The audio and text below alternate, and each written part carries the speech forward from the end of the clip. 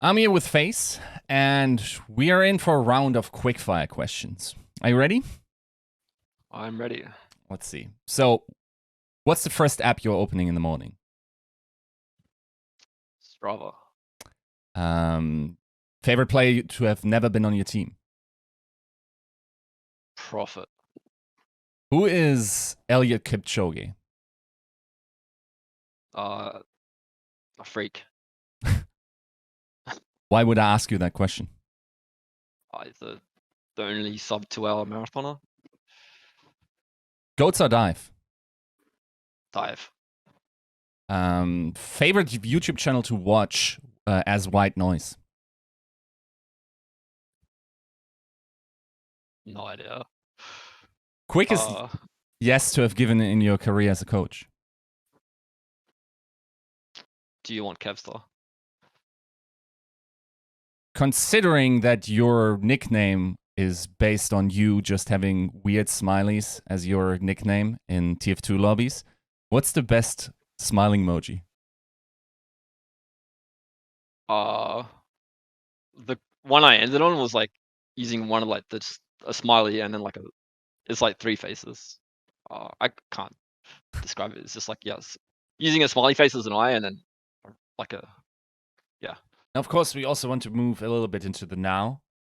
And I think there were a couple of unforeseen things happening this year. When that whole situation with David comes down and like someone approaches you, I assume, Brenda, and says like, I need a new head coach. Can you be the new head coach? Did you know that you were going to be immediately ready? Because theoretically speaking, you didn't have that role or for a while other than Sydney Dropbass, right? Yeah. Yeah.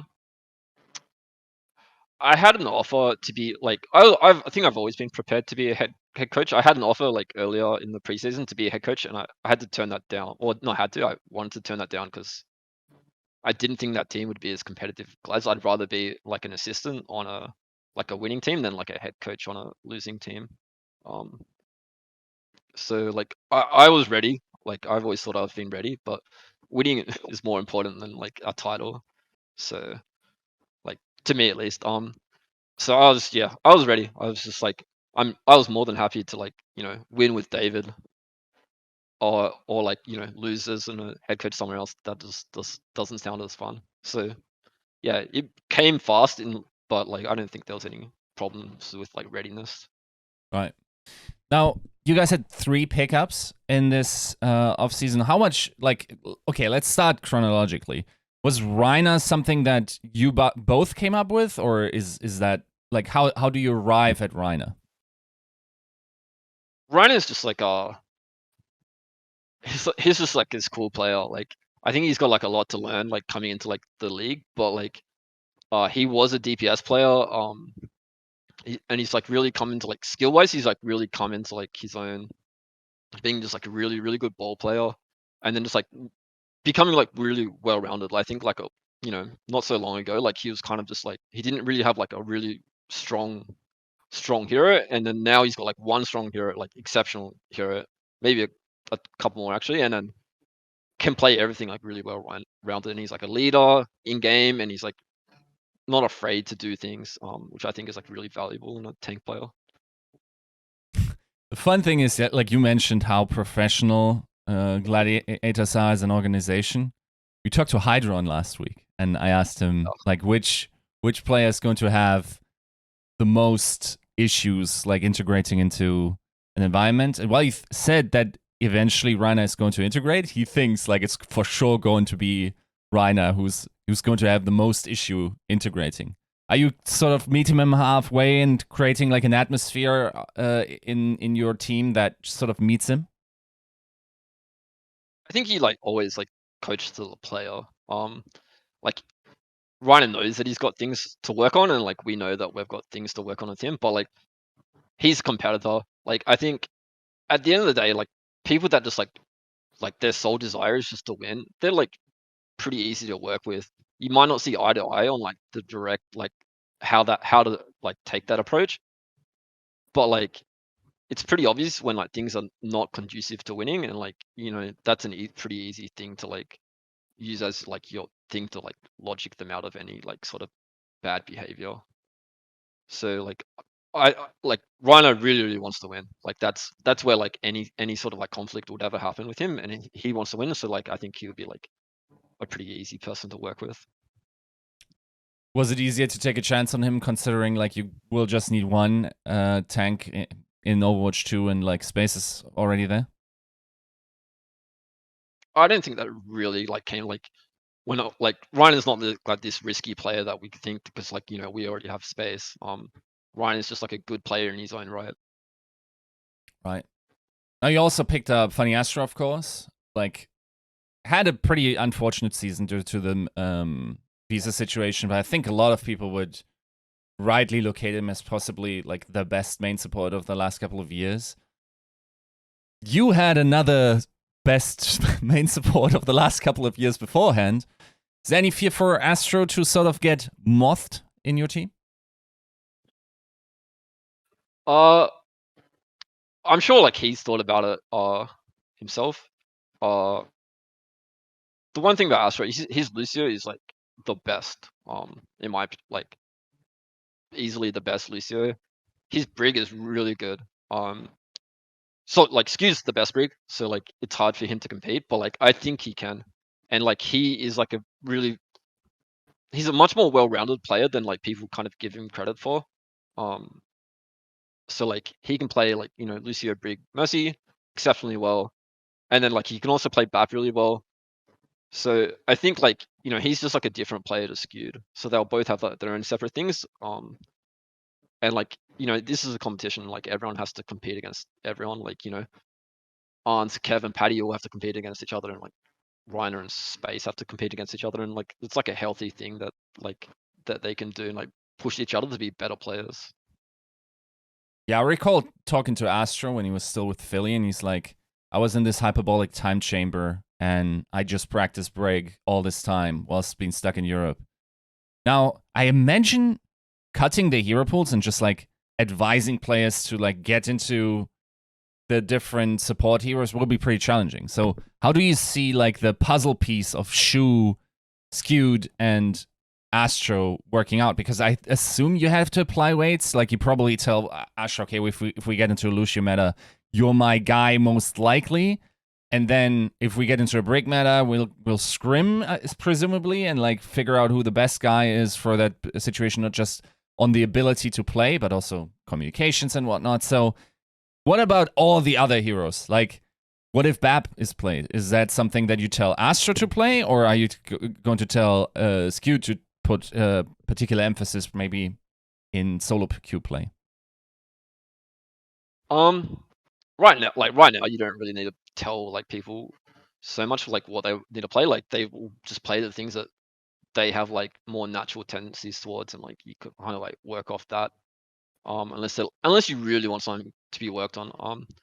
But like as you go down in the season, I think like a lot of the decision making will be like more based on meta or like what the team wants to play as like a whole. Like if we want to play Lucio, and then like if there's a swaps between them, or is it if it's only Lucio, like Funny Astro can play, or if it's like Brig, but we need to have like a Lucio swap, like Funny Astro still might have to play if there's not much difference. You kind of just have to look at like the strength of like Skewed playing like Lucio like a little bit, and then like Brig 90% of the time. Like, is that the best, or it's kind of really just something that you need to work out in the scrims and what like strength you kind of want to lean towards, because each player has like different strengths, and like you just need to work out what to lean on, I guess, and that just happens through like iteration in scrims. Right. Now, Arns came back from retirement last season, and it felt like he was an old Arns, but a lot of it was also admittedly just like meta situations, not necessarily being super favorable towards hitscan. Did you just get Arns like to cover that for that possibility in Overwatch 2, or do you think you can expand it to other hero ranges? I think he can play like other heroes, but like Arns is Arns. Like he's just a hit scan specialist, and then that's what he wants to do. Like he wants to play hit scan. He can play other heroes like really well. So like if we need him to flex onto that, like I think that's like a good option. But 2021 was like really disappointing from him from his own perspective. Like he thought he's really unhappy with like how he did, and he's like really driven and motivated to like get back to that 2020 form. Right. Yeah.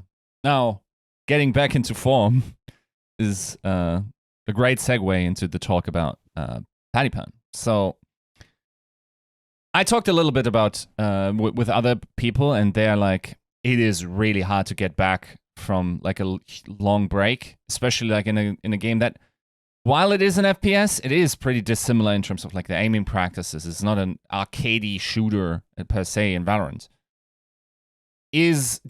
Are you at all concerned about like him reintegrating into Overwatch, or is it now the perfect time? Because I mean, technically speaking, everyone is starting from zero with Overwatch 2, right?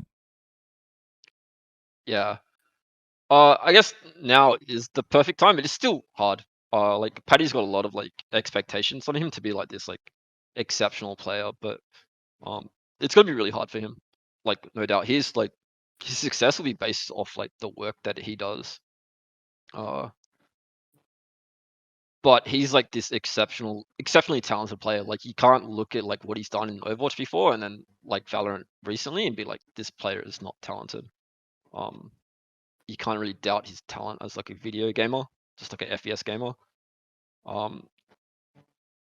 So yeah, he would need to put like work in for sure, but like you can't doubt that talent, and he will get back to like some like close to his best. I'm not really sure like what that'll be exactly. He might be like this different player, but he's like this smart player that can like he'll be able to adapt, I think. And with Overwatch 2 coming out, it's a good time. I don't think people are starting from zero. It's not like this like it's not going to be like like breaking new game. It's still going to be like Overwatch based. So it's a good time for a new like a player to come back, I guess, but he still has to put the work in. For sure. Yeah, like I think what is to me still flabbergasting is, theoretically speaking, right?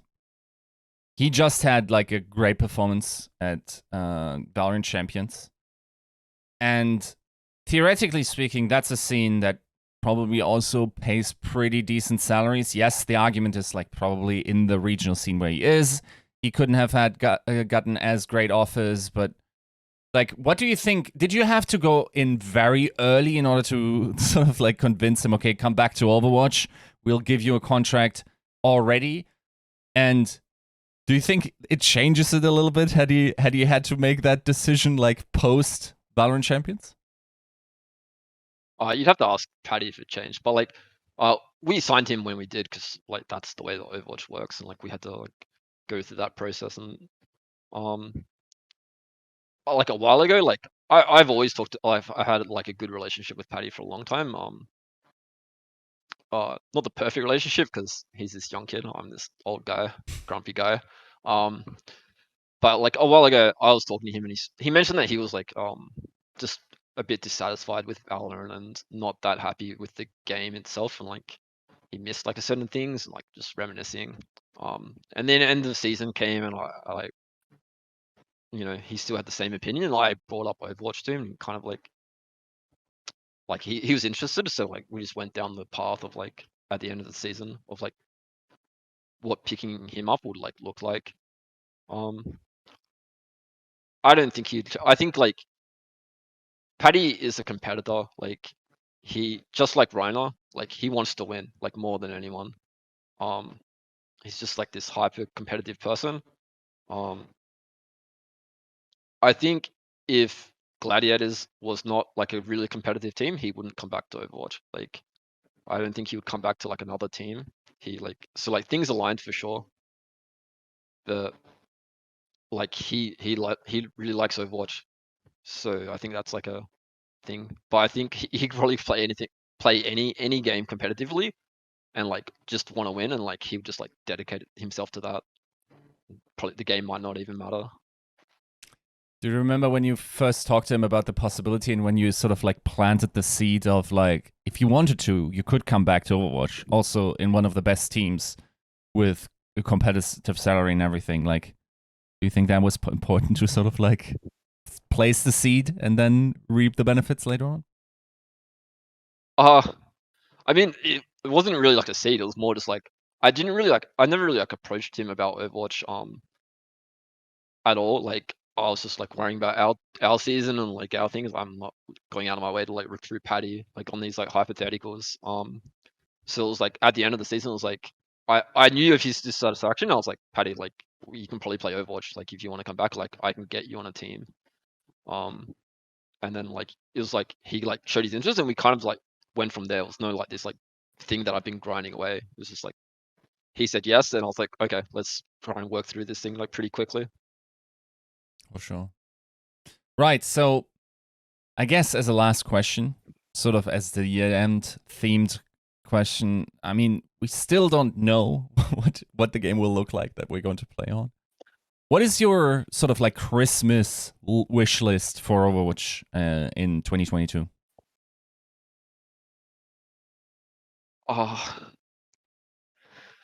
Christmas. I want a playable game for the general population. For the multiplayer side, that's just like free to play. I guess I want like the player base to increase. And that's gonna happen with the really competitive, focused like good ranked game in free to play. That's Overwatch 2. When do you think you guys need access in order to be in shape and for the season start, presumably end of April? What's in shape? Uh, we'll probably never not be in shape, I guess. Like, but everyone's on the same footing, so like it doesn't really matter. Like they could like release the game tomorrow and then tell you have a match in like the next day, and it'd be crap. It wouldn't be very fun, but like it doesn't matter, which is not great. I want the game now. Like I think the more time that we get with the game, the better. Like the better showing. Like the one thing the Overwatch League should like aspire to be is like this like showing of like exceptionally skilled players and teams, like showing how the game can be played at the best level. Like that's why like you know hero pools have been like really short hero pools have been like this is not the best Overwatch you can play. Like this is a scrappy version of the game. It hasn't been like the best of Overwatch League. So Overwatch League should aspire to be like this showcase of like skill. But yeah, so for that to happen, I think like the more time that we get with the game is the best thing. But I don't know. Do you think it's important to play the same game that the public is playing and sort of like at least Yes. have some access to the general public, maybe even if it's just like a closed beta? Yeah, I really struggle to think of like